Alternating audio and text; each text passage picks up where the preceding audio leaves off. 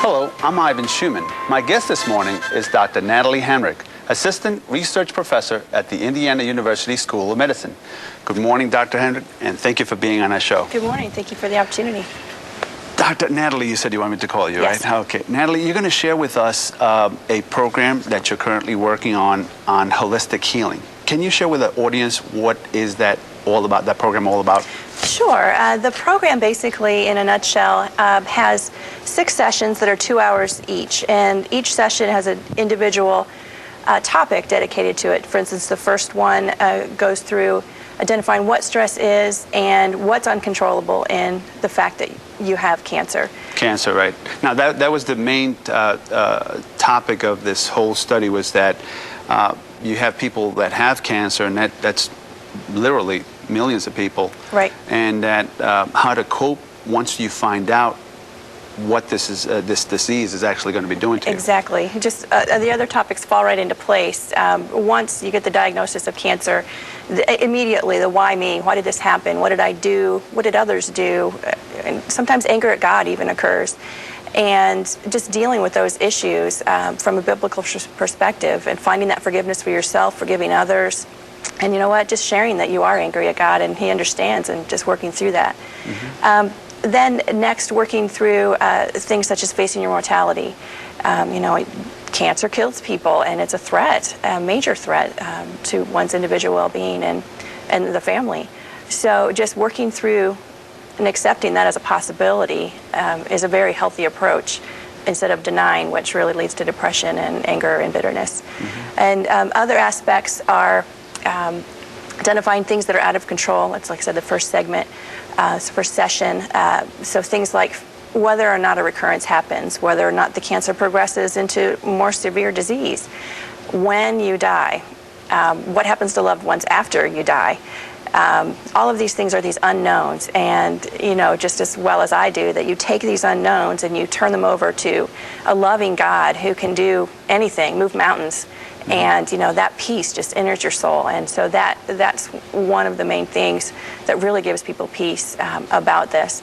And then later, it's working through those existential issues, such as why am I here? What do I believe? Have I become the person that I wanted to become? And what can I do with the time that I have left? How can I make a difference? How do I need to grow? Mm-hmm. So it's basically just. It's nothing new, and I didn't write it. God started it. I just took it and adapted it to each one of these stages that cancer survivors go through, and I just really use it in a way that changes lives. Now, you also gave me some research study that showed that people that go through the program are able to actually stay away from depression and a lot of other elements that may come as a result of finding out that they have cancer. Yeah, actually, part of this, I started out as a researcher, even though I'm turning more evangelical as it goes. But I really wanted to see, okay, there are other things in the literature that people are doing that are more cognitive behavioral in approach. And so, for instance, they'll try to get people to minimize the importance of a certain outcome that is happening in your life, or to just kind of bolster your skills to master the situation.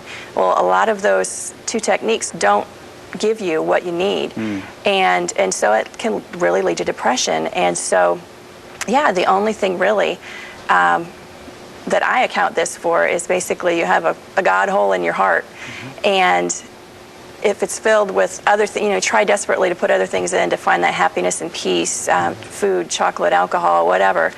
And once you fill yourself with the Almighty God who just loves you beyond all understanding, that reduces the depression. Now, there's some events coming up. Can you share with the audience if they would like to participate with this program, events that are coming up? Yes, we actually are starting several groups. The first is we've translated a Catholic version into Spanish, and we are starting December 1st, and we have a licensed clinical social worker who's bilingual who's going to lead that.